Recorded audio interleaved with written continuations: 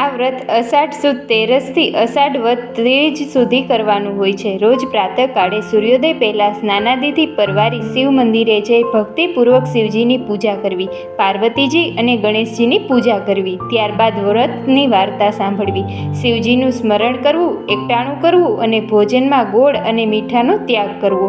અષાઢ વદ 3ની રાતે જાગરણ કરવું અને શિવજીનો મહિમા જાણવો. આ વ્રતના પ્રભાવ વડે કરીને 7 જન્મનું વાણજ્યા મેળું ટળે છે અને સ્ત્રી સૌભાગ્યને પામે છે. મિત્રો, આજના વિડીયોમાં આપણે જયા પાર્વતી વ્રતની વાર્તાની વિશે વાત કરવાના છીએ. તો વિડીયો અંત સુધી જુઓ અને જો તમે અમારી ચેનલમાં નવા હોય તો ચેનલને સબસ્ક્રાઈબ કરી બેલ આઇકન દબાવી દેજો, જેથી આવનારા બધા જ વિડીયોની અપડેટ મળતી રહે. ચંદનપુર નામે એક ગામમાં દેવદત્ત નામે ધર્મિષ્ઠ બ્રાહ્મણ રહેતો હતો. તેની ગુણવાન પત્નીનું નામ ભક્તિ હતું. બંને પ્રભુ ભજનમાં જીવન ગુજારતા હતા. વળી શાસ્ત્રોના નિયમ પ્રમાણે જીવતા હતા. અતિથિને આવકાર, ભૂખ્યાને અન્ન અને તરસ્યાને પાણી આપી તૃપ્ત કરતા. પતિ પત્ની સુખથી જીવતા હતા. દુઃખ હતું તો એક જ વાતનું કે લગ્નને વર્ષો વીતવા છતાં શેર માટીની ખોટ હતી. તેમના તમામ સુખ પર પાણી ફરી ગયું. તેનો ખાલી ખોડો યાદ આવતા જ ભક્તિની આંસુ વસારી લેતી.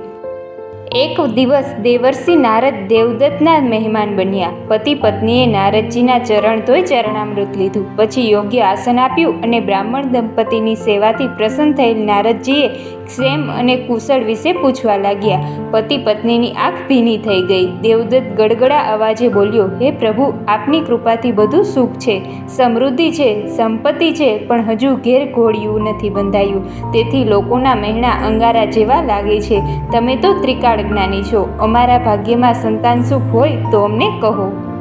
નારદે આંખ બંધ કરીને જોયું તો દેવદત્તને 7 જન્મ સુધી વાંજ્યો દીઠો. પરંતુ નારદજીથી આ ભક્તિવાન દંપતીનું દુઃખ ન જોઈ શકાયું. તેથી એ કહેવા લાગ્યા, હે દેવદત્ત, દક્ષિણ દિશામાં 10 કોટ દૂર ગાઢ અરણ્ય છે. એ અરણ્યમાં શિવ સરોવર છે.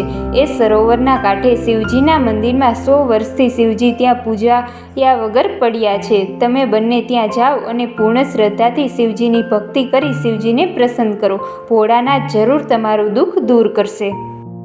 આમ કહીને નારદજી ચાલ્યા ગયા. સંતાન માટે માછલીની જેમ તડફડતા બ્રાહ્મણ દંપતી તે તરત દક્ષિણ દિશામાં પ્રયાણ કર્યું. બંને ગાઢ અરણ્યમાં પહોંચ્યા.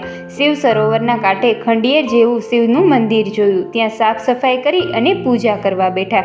દેવદત્ત અને ભક્તિ રોજ સવારે સૂર્યોદય પહેલાં સ્નાનાદિ કરી શિવજીની પૂજામાં બેસી જતા. બપોરે ફલાહાર કરતા અને રાત્રે ભૂખ્યા પેટે શિવજીના સ્તવન ગાતા. વર્ષો વીતી ગયા પણ ભોળાનાથ ન રીઝ્યા. તેથી બ્રાહ્મણ દંપતીને શંકા થવા લાગી કે નક્કી આપણી ભક્તિમાં કંઈક ખામી છે, તેથી શિવજી રીઝ્યા નથી. એવામાં એક બપોરે દેવદત્ત ફળ વીણવા અરણ્યમાં ગયો. 2 ઘડી વીતી, સાંજ પડી પણ એ પાછો ન આવ્યો. ત્યારે ચિંતાતુર થઈ ગયેલી ભક્તિ પતિની શોધમાં નીકળી. ત્યારે એક વૃક્ષ પાસે એણે પતિને મૃત અવસ્થામાં જોયો. શરીર લીલું કાચ જેવું થઈ ગયું હતું. કોઈ ફણીધર નાગે દેવદત્તના જમણા પગના અંગૂઠે દસ દીધો હતો. પતિની મૃત્યુથી ભક્તિ પર દુઃખોનો પહાડ તૂટી પડ્યો. એ હૈયાફાટ રુદન કરવા લાગી. અને એ જ સમયે પાર્વતીજી ત્યાંથી પસાર થઈ રહ્યા હતા. ગાઢ અરણ્યમાં એક સ્ત્રી વૃક્ષોને પણ રડાવે એવું કલ્પાત ચિત્ર જોઈને ઊભા રહી ગયા. પૂછીને વિગતે વાત જાણી. પછી ભક્તિને આશ્વાસન આપતા બોલ્યા, હે દીકરી, તારું દુઃખ સાચે જ અસહ્ય છે. હું આ જ ક્ષણે તારા પતિને સજીવન કરું છું.